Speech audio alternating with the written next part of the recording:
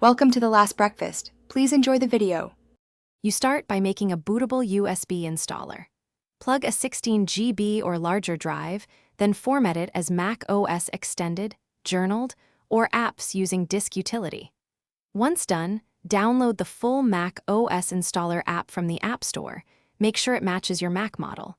You should confirm you can disable any firmware password and have admin credentials. This step creates the media you'll use to perform the update or clean install. So be precise and don't skip verification. You now create the installer with Terminal. Open Terminal and run the Create Install Media command inside the downloaded installer bundle. Enter your admin password when prompted. Let the tool erase and copy files. This can take 10-30 minutes depending on the USB speed. Once it finishes, make sure the USB mounts as Install Mac OS and contains an EFI and Applications folder. If you see errors, repeat the command and note the exact error text so you can diagnose permissions or corrupt download. You finish by booting from the USB and running the installer. Restart and hold Option-Alt to choose the USB device, then follow on-screen prompts to update or reinstall.